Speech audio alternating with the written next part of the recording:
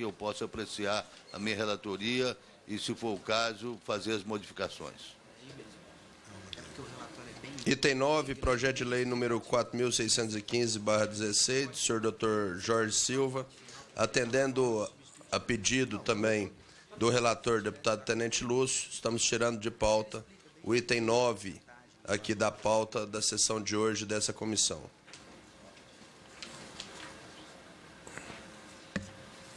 Item 2, projeto de lei número 239/15, do senhor Luiz Couto, que altera a lei número 11.977, de 7 de julho de 2009, que dispõe sobre o programa Minha Casa Minha Vida e a regularização fundiária de assentamentos localizados em áreas urbanas, aperfeiçoando o cálculo da renda familiar para efeitos de definição dos beneficiários do programa. Apensados, projeto de lei 295/2015 e projeto de lei 1882/2015. Relator, deputado Hildo Rocha. Ele não se encontra presente, o projeto deixa de ser apreciado. Item 3, projeto de lei número 1227/2015, da senhora Iracema Portela, que altera a lei número 9.394, de 20 de dezembro de 1996, de diretrizes e bases de educação nacional, para dispor sobre a acessibilidade do sistema escolar das pessoas portadoras de deficiência ou com mobilidade reduzida. Relator, deputado Marcos Abrão. Não se encontra presente. Ele deve comparecer mais tarde. Deixaremos de apreciar também, nesse momento, esse item da pauta. Projeto de item número 5, projeto de lei número 2.860/15, do senhor Antônio Carlos Mendes Tame. 4. Item 4. Pulou o 4, né, deputado Mauro Moreno? Eu estou com o relatório pronto. Item 4, projeto de lei número 2.450/15, do senhor Carlos Marum, que altera a lei número 11.977, de 7 de julho de 2009, estabelecendo a vedação à comercialização pelo beneficiário das unidades habitacionais recebidas no âmbito do programa Minha Casa Minha Vida, no período que especifica, e dá outras providências. Relator, deputado Mauro Mariani. Parecer pela aprovação com substitutivo. Com a palavra, relator, deputado Mauro Mariani. Obrigado, presidente. Vamos direto ao voto. A relevância social e econômica do programa Minha Casa Minha Vida é questão que merece realce e defesa. O programa tem apresentado significativas contribuições no combate ao déficit habitacional brasileiro. Além disso, tem estimulado o ciclo de crédito e impulsionado a indústria da construção civil, sendo, portanto, de grande importância para a economia nacional. Consoante dados da Caixa Econômica Federal, desde 2009, o programa Minha Casa Minha Vida já alcançou 95% das cidades do Brasil, por meio de mais de 9 milhões de pessoas beneficiadas. O programa já entregou mais de 2 milhões de casas assim distribuídas. 794 mil habitações foram destinadas com famílias de renda até R$ 1.600. 1,3 milhões de habitações foram destinadas a famílias com renda de R$ 1.600 a R$ 3.200. 193 mil casos foram destinados às famílias com renda entre R$ 3.200 e R$ 5.000. Ademais, a Caixa Econômica Federal relata que o programa já originou mais de 1,2 milhão de empregos e tem respondido por 6% do emprego na construção civil. A renda gerada para trabalhadores somente em 2014 foi superior a 64 milhões. Por tais razões, estabelecer regramentos que confiram maior segurança e efetividade a um programa tão importante para o país tem força e relevância. Ao estabelecer restrições para a realização de transações comerciais com unidades habitacionais no programa Minha Casa Minha Vida, o PL número 2450 de 2015 revela preocupação com a necessidade de evitar desvirtuamento dos objetivos sociais do programa. Entre os possíveis desvios tem-se especulação imobiliária, causada pela formação de estoques e posterior venda de unidades habitacionais do programa, locação das unidades habitacionais pelo beneficiário e locatários que não cumprem os requisitos do programa Minha Casa Minha Vida. No entanto, não se pode perder de vista o cuidado com regras excessivamente rígidas que, ao tentar proteger o programa, podem terminar por enrijecê-lo e prejudicá-lo. No caso, em análise, as seguintes questões merecem maior atenção. 1. Necessidade de prever condições de exceção à restrição pretendida. Apenas impor proibição de comercialização de imóveis sem prever situação de exceção torna a regra muitas vezes inaplicável e causadora de inúmeros casos de difícil tratamento prático. Imagine-se, por exemplo, o caso de um beneficiário do programa Minha Casa Minha Vida que se vê obrigado a mudar de cidade em virtude da sua profissão. A manutenção da proibição de comercialização para este indivíduo seria fator complicador desnecessário, capaz de servir de barreira a melhorias de vida. Em casos como esse, não existe motivo para manter a proibição de comercialização do imóvel. Outra situação que deve ser prevista é aquela em que o beneficiário do programa Minha Casa Minha Vida consegue quitar sua dívida em período inferior ao estipulado para a proibição. A quitação antecipada é evidência de melhoria da renda do beneficiário e indica que o programa não se mostra mais fundamental para ele. Em casos assim, entende-se haver também hipótese que mereça a exceção à proibição de comercialização. 2. Necessidade de rever o lapso temporal estipulado para a restrição pretendida. 10 anos se mostra, a princípio, como lapso temporal demasiadamente longo, que pode trazer dificuldades diversas ao beneficiário do programa. É compreensível a fixação desse tempo na medida em que o prazo de alienação das unidades habitacionais oferecidas a famílias com renda de até 1.600 é de 10 anos. No entanto, entende-se que a adoção de um prazo menor tornaria a regra mais flexível e com maiores chances de surtir efeitos benéficos ao programa. Prazos excessivamente longos de restrição podem desestimular a adesão ao programa em virtude de um enrijecimento que traz insegurança aos potenciais beneficiários. A Lei nº 11.977/2009, ao tratar da regularização de assentamentos urbanos, estabelece no inciso 7 do artigo 47 o período de 5 anos para legitimar a regularização fundiária de assentamentos irregulares ocupados, de forma branda e específica e pacífica, por população de baixa renda. Se para a caracterização do uso capião a legislação considera 5 anos período suficiente, propõe-se considerar o mesmo período suficiente para liberar o beneficiário do programa Minha Casa Minha Vida das proibições sugeridas pelo PL 2450 de 2015.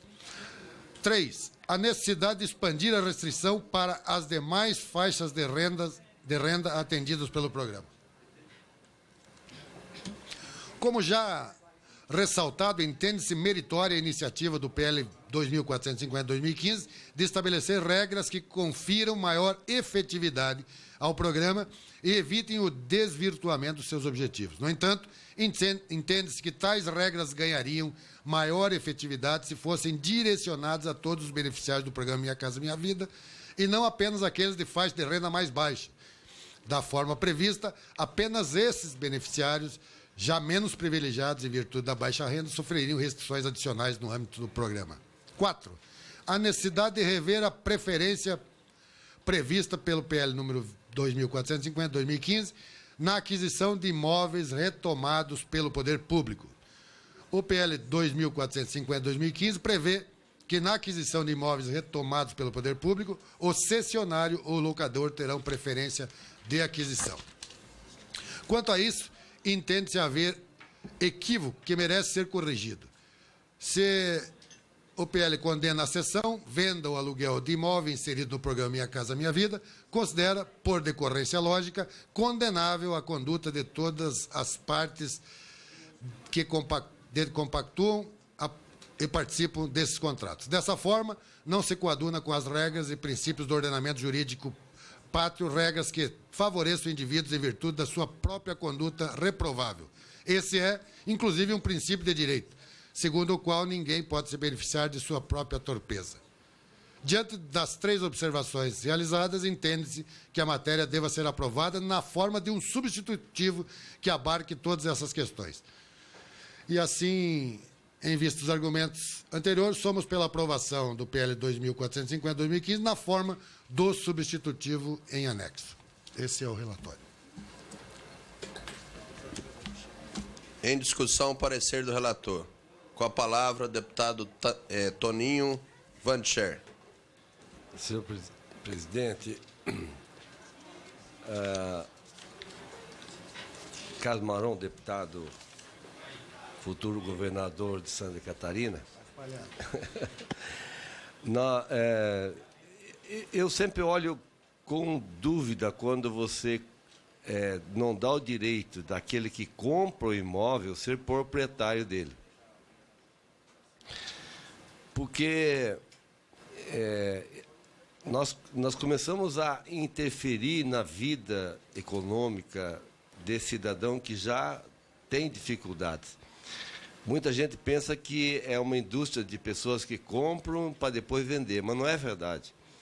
Nós que acompanhamos bem essa realidade, é da nossa área de trabalho, muitas pessoas que compram, depois eles têm que vender.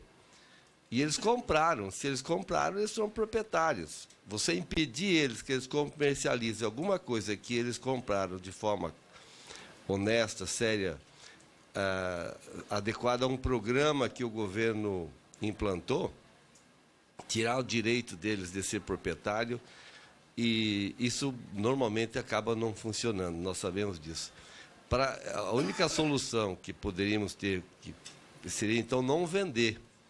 Seria alugar a eles, a conceder o uso para eles, enquanto eles precisassem. Depois seria um outro sistema a ser implantado aqui no país. Então, eu entendo que a gente procura impedir que o programa seja usado de forma errada, mas nós vamos acabar interferindo em pessoas que, no fundo, não têm essa intenção de favorecimento, mas por necessidades que são inúmeras, né? Você citou algumas aqui que estão fora dessa questão, né? Então são protegidas, mas a vida da família, ela sofre muitas condições que às vezes levam ela a ter que dispor do imóvel.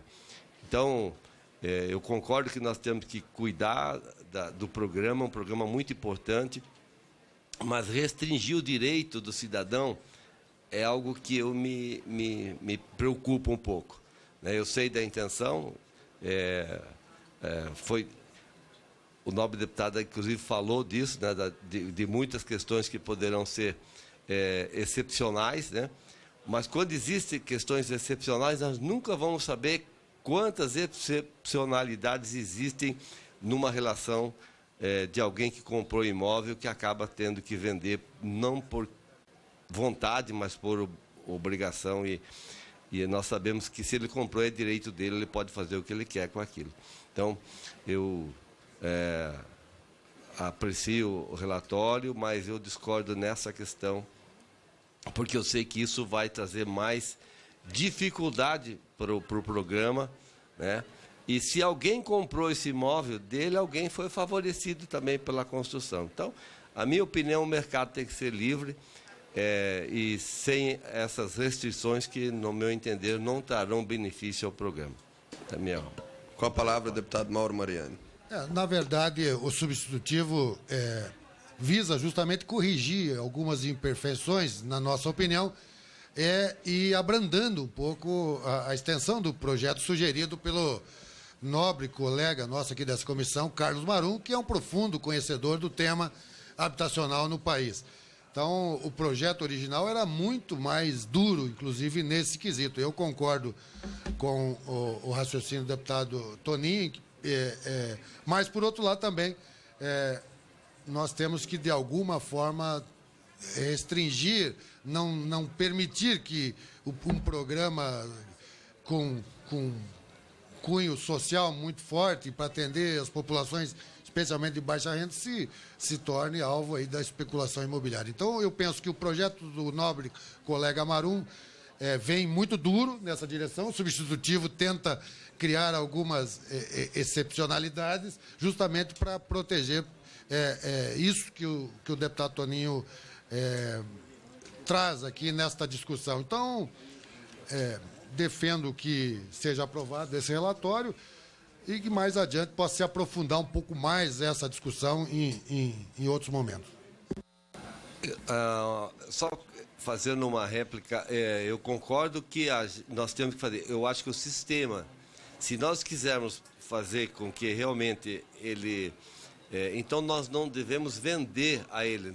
Eu acho que seria uma concessão, quem sabe no futuro a gente possa debater sobre isso, dando a ele o direito de uso do imóvel por um determinado período, né? E após ele, se esse período for complicado, ele poderá. Mas eu concordo que o projeto foi, e o relator pôde aperfeiçoar dentro da linha que foi colocado no inicial. Então, meu voto é favorável. Só eu quis trazer o tema, um debate, porque eu acho que é muito importante. Eu sou da área, trabalho com isso, e eu sei que a proibição de venda não vai resolver o problema no final. Em discussão, parecer do relator. Não havendo quem queira discutir, em votação, o parecer do relator.